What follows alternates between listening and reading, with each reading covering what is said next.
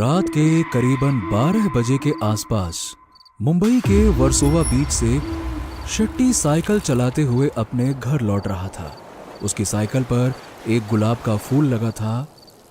शेट्टी रोज पूरी रात अपनी साइकिल पर ही चाय और सिगरेट की दुकान चलाता था, लेकिन आज शेट्टी काफी खुश था क्योंकि उसका सारा माल बहुत जल्दी बिक गया था। दरअसल आज वैलेंटाइन डे था और आज के दिन नौजवान लड़के लड़कियां मुंबई की सड़कों पर प्यार का इजहार करने निकले थे। ला ला ला ला ला ला ला डा डा डा डा डा ला ला ला ला प्यार करने वालों ऐसे ही प्यार करते रहो। अयो आज तो हमको बड़ा मजा आ गया। सारा माल 12 बजे से पहले ही बिक गया। चलो कम से कम रोज डे के दिन तो अपनी बीवी को गुलाब गिफ्ट करूंगा, वो बहुत खुश हो जाएगी। रोज रात को साइकिल पे अपनी ये चलती फिरती दुकान लेके निकल जाता हूँ। अपने बीवी बच्चों को कहाँ ही टाइम दे पाता हूँ। इस पेट के लिए क्या क्या नहीं करना पड़ता। आज तो भाई वैलेंटाइन डे मनाने वालों की जय हो। अब आज तो बड़ा मजा आ गया। ला डा डा डा डा ला डा आई डा डा डा डा। समंदर के किनारे से शेट्टी चला जा रहा था कि तभी उसकी नजर सफेद साड़ी पहने एक औरत पर गई। वो समंदर की लहरों की ओर चली जा रही थी और आज लहरें भी काफी तेज थी। शेट्टी को समझ नहीं आया कि वो औरत इन खतरनाक लहरों की ओर क्यों जा रही है। अयो ये क्या माजरा है? वो औरत क्या मरना चाहती है क्या? ओ मैडम, अरे ओ मैडम, अरे वापस ही आ जाओ नी। अरे वहाँ डूब जाओगी, किधर को जा रही हो तुम? अरे रुक जाओ। ओ अयो सुनो। उस औरत ने शेट्टी की ओर जरा भी ध्यान नहीं दिया। वो समंदर की खतरनाक उछलती लहरों की ओर बेखौफ चलती जा रही थी। शेट्टी को डर था कि वो औरत कहीं डूब न जाए। वो तुरंत साइकिल लेके उसके पास पहुंच गया। अयो अयो अयो क्या कर रही हो मैडम? ये क्या है? मरना है क्या? समंदर की ओर क्यों जा रही हो तुम? वो औरत अचानक से रुक गई।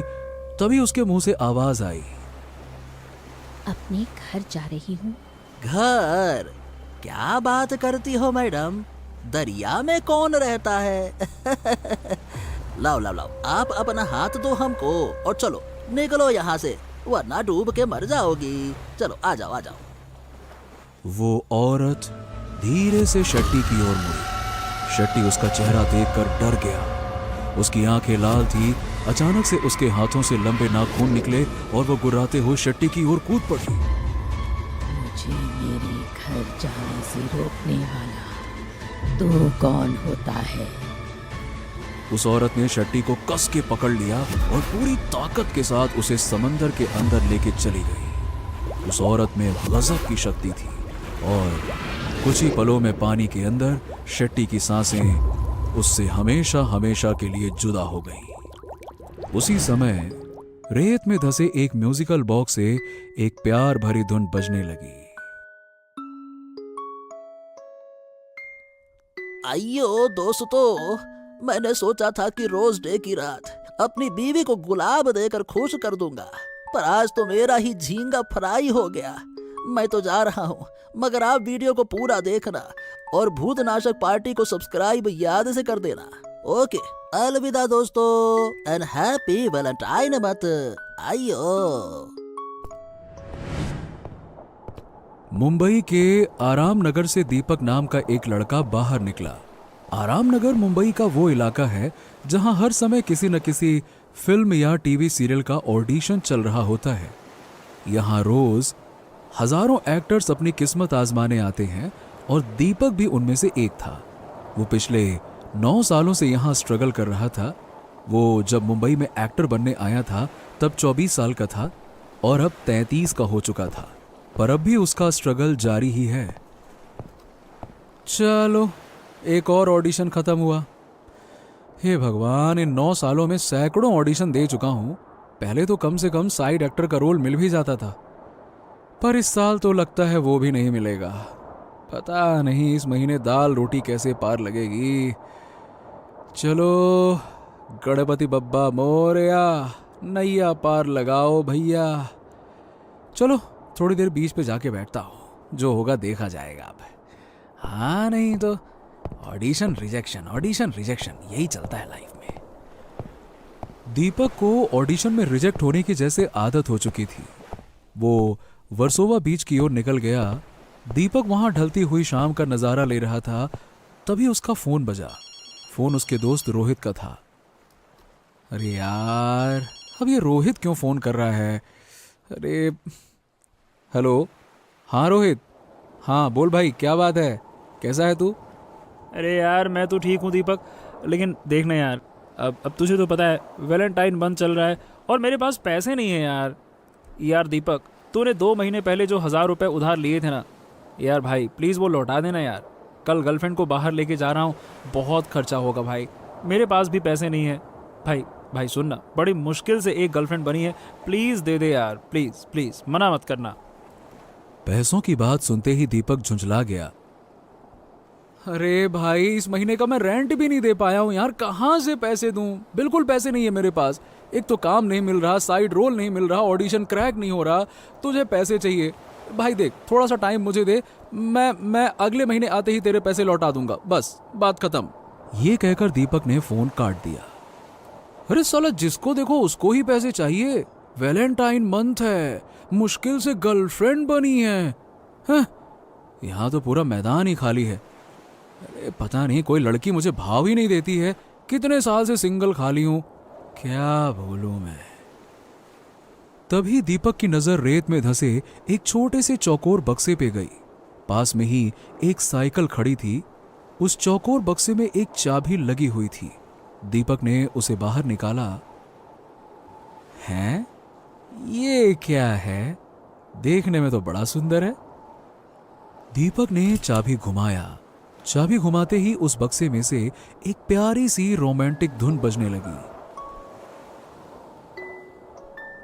अरे वाह यार, ये तो कोई म्यूजिकल बॉक्स है।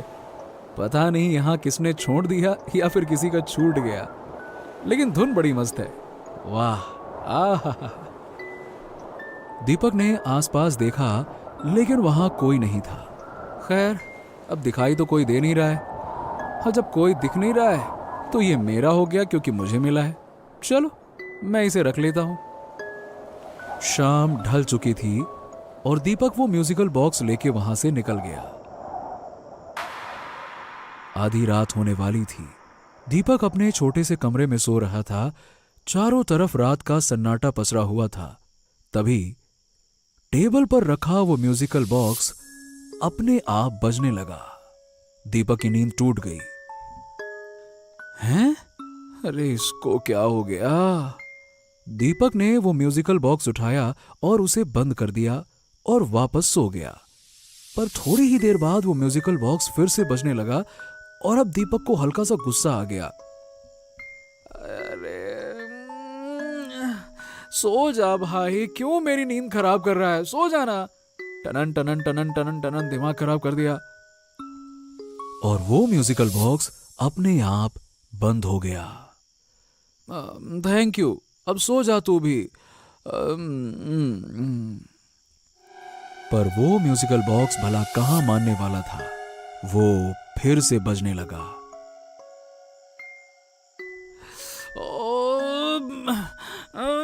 हद है यार, तू बड़ा ढीठ है। क्यों टुनुन टुनुन टुनुन टुनुन टुनुन बज रहा है? बंद हो जाना, चुप कर।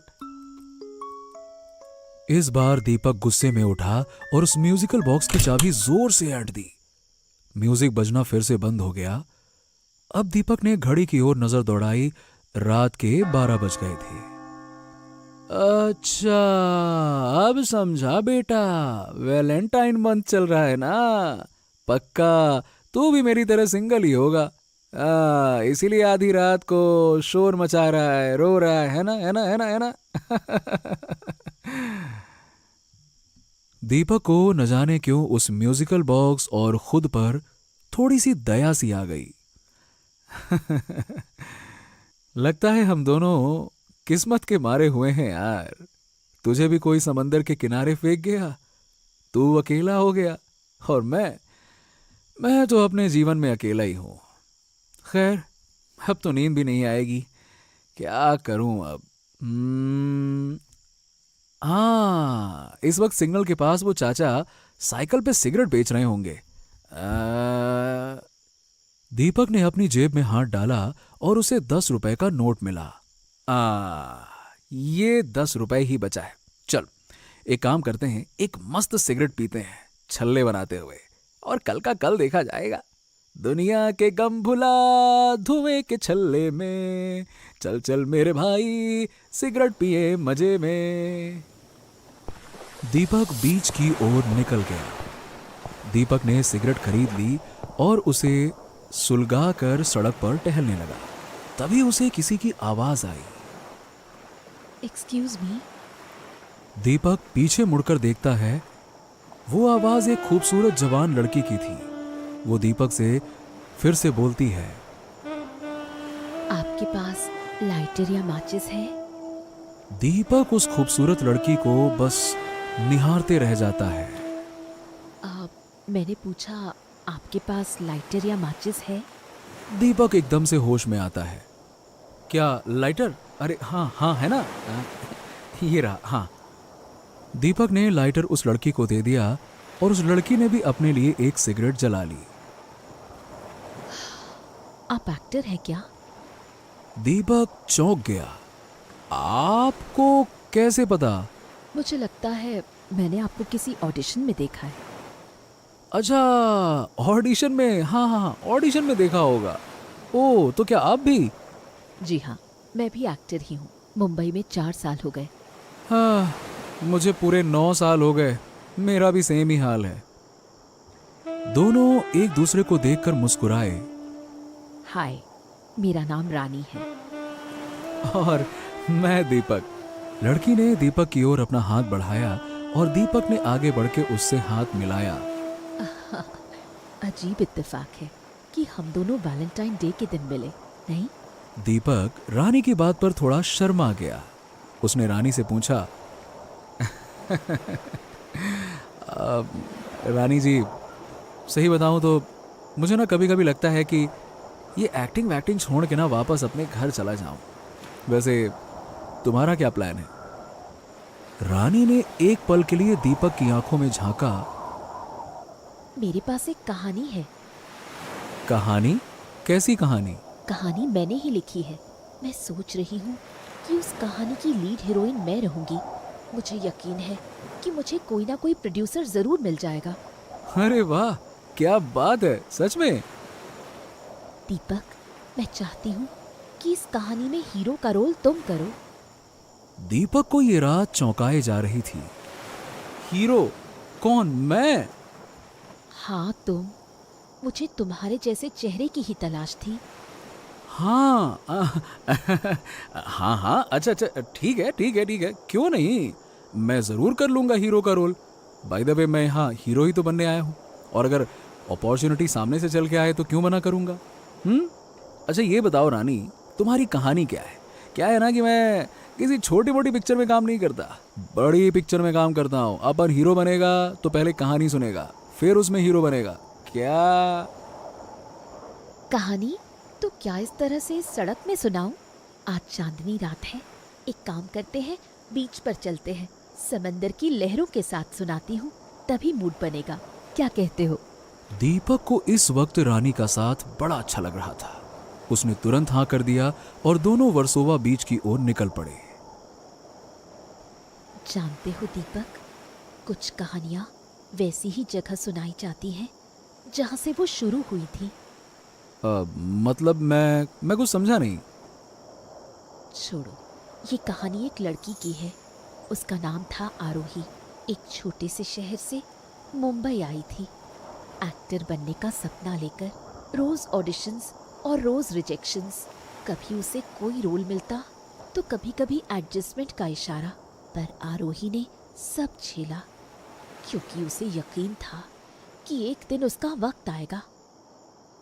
फिर एक दिन ऐसा ही हुआ, उसकी जिंदगी में एक लड़का आया, विशाल नाम का एक यंग डायरेक्टर जो मुंबई में फिल्म बनाने आया था। इत्तेफाक से वैलेंटाइन डे के दिन ही दोनों मिले और दोनों में प्यार हो गया। आरोही, तू देखना, जब कभी भी मैं अपनी पहली पिक्चर बनाऊंगा ना, तो हीरोइन तो तुझे ही लूंगा और फिर तुम एक बहुत बड़ी स्टार बनोगी। तुम्हारे नाम के ना अनाउंसमेंट हुआ करेंगे, बड़े बड़े पोस्टर लगेंगे, लोग कहेंगे ये आ रही है बॉलीवुड की बड़ी एक्ट्रेस हीरोइन आरोही। क्यों, क्या कहती हो? जानते हो विशाल, मुझे खुद पर उतना विश्वास नहीं है जितना तुम पर है। विशाल ने आरोही को पहला गिफ्ट दिया, एक म्यूजिकल बॉक्स। उसमें से एक प्यारी सी धुन निकलती थी, हम उस पर एक गाना भी बनाएंगे। म्यूजिकल बॉक्स का नाम सुनते ही दीपक एकदम से चौंक गया। वो रानी को आज शाम इसी बीच पर मिले म्यूजिकल बॉक्स के बारे में बताना तो चाह रहा था, पर रानी ने उसे बोलने का मौका ही नहीं दिया। रानी लगातार कहानी कहती गई। एक दिन विशाल को ब्रेक मिला। उसकी पहली फिल्म में एक बड़े प्रोड्यूसर की बेटी लॉन्च होने वाली थी। आरोही का पत्ता कट गया। इधर उस विशाल का आरोही को हीरोइन बनाने का वादा टूटा और इधर उस बेचारी आरोही का दिल।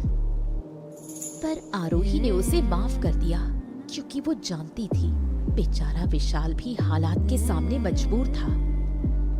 दोनों के बीच प्यार बचा रहा और रिश्ता चलता रहा। और फिर विशाल की पहली पिक्चर हिट हो गई। फिर अवार्ड्स, इंटरव्यूज, शोहरत और पैसा। वो अब एक अमीर और फेमस डायरेक्टर बन गया था। दीपक ने रानी को टोकते हुए कहा, और उसके बाद वो लड़का बदल गया और उसने आरोही को छोड़ दिया, राइट? रानी ने दीपक को घूरते हुए कहा, दीपक, ये कहानी होगी तो कौन पिक्चर देखेगा? ये सब लड़के का लड़की को छोड़ देना, ये सब तो बहुत पुराना हो गया है। ओ अच्छा अच्छा, सॉरी, प्लीज तुम आगे सुनाओ, आगे बताओ। फिर एक दिन उस विशाल ने अपना वादा निभाया। उसने अपनी अगली फिल्म में आरोही को हीरोइन लेने का फैसला किया। अरे वाह, ये तो अच्छा मोड़ दिया तुमने कहानी को। वाह यार, तुम तो एक अच्छी राइटर निकली। ये कहानी मैंने कहाँ लिखी? ओह, तो फिर किसने लिखी? वक्त ने। क्या मतलब? आगे सुनो। वो पिक्चर बनी और रिलीज हुई। विशाल ने अपना वादा पूरा कर दिया और आरोही का हीरोइन बनने का सपना भी पूरा हो गया। पर उस पिक्चर को देखने कोई नहीं आया। ऐसा लगा कि पिक्चर फ्लॉप होगी और प्रोड्यूसर का पैसा भी डूबेगा और साथ में उस यंग डायरेक्टर का करियर भी। विशाल ने आरोही को आधी रात को वर्सोवा बीच पर बुलाया। उस दिन वैलेंटाइन डे था। दोनों के बीच पहले थोड़ी देर प्यार भरी बातें हुई और दोनों ने वहीं समंदर के किनारे ड्रिंक भी किया।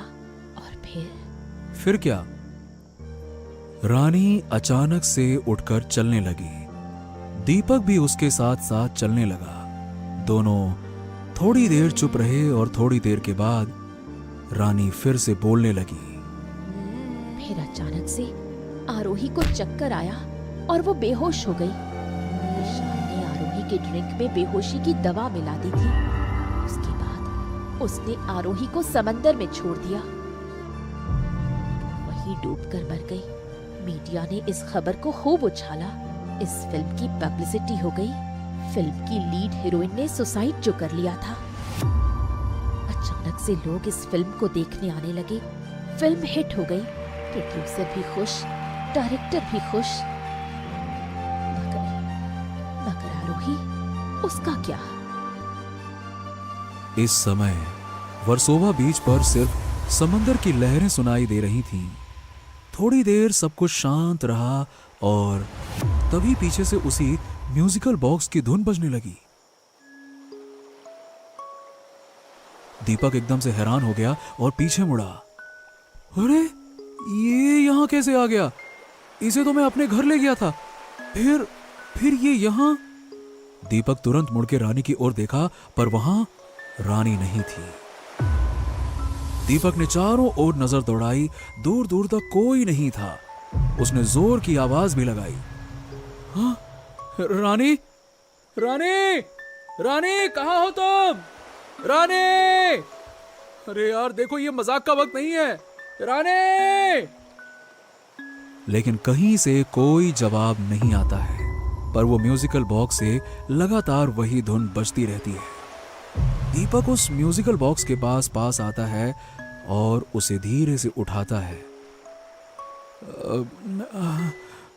पता नहीं आज ये हो क्या रहा है मेरे साथ। जब से तू मिला है तब से कुछ ना कुछ गड़बड़ ही हो रहा है। पता नहीं अब ये रानी कहाँ गायब हो गई अचानक से। तभी पीछे से एक आवाज आई,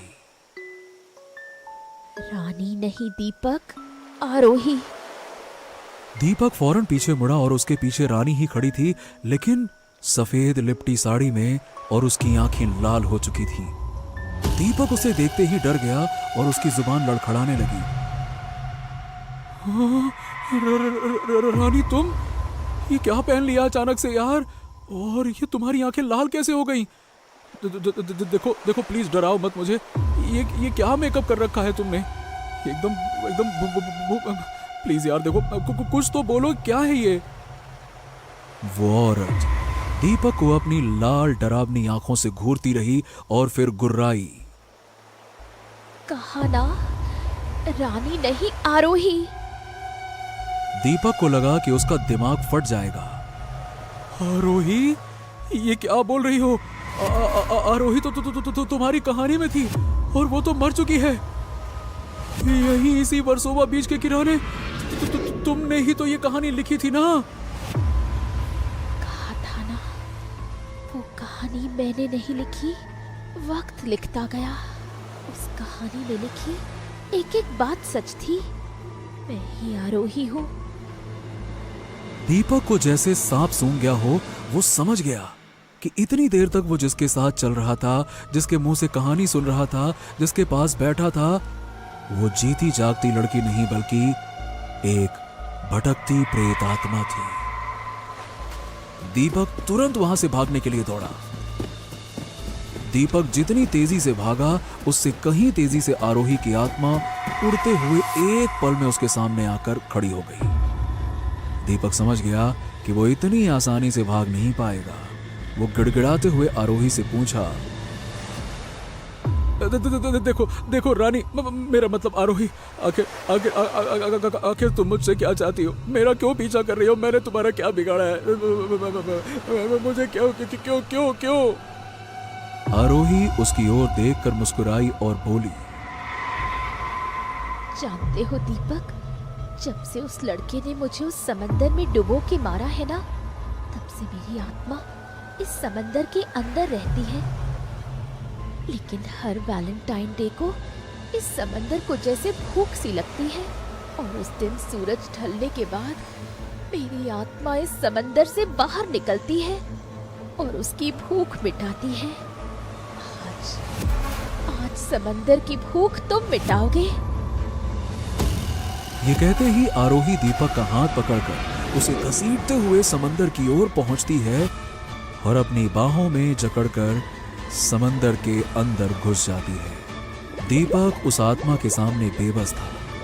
वो समंदर की गहराइयों में उतर जाता है और धीरे धीरे आरोही की आत्मा की बाहों में दीपक दम तोड़ देता है। आज वैलेंटाइन डे की रात को समंदर ने अपनी भूख मिटा ली। दीपक के मरते ही रेत में धंसे उस म्यूजिकल बॉक्स से फिर से वही धुन बजने लगती है, पर इस बार वो धुन प्यार भरी नहीं बल्कि मौत से भरी हुई थी। कैसी लगी आपको ये खौफनाक और रोमांचक कहानी? नीचे कमेंट करके जरूर बताइए। और अगर आपको ये कहानी पसंद आई तो लाइक, शेयर और भूतनाशक पार्टी को सब्सक्राइब करना ना भूलें।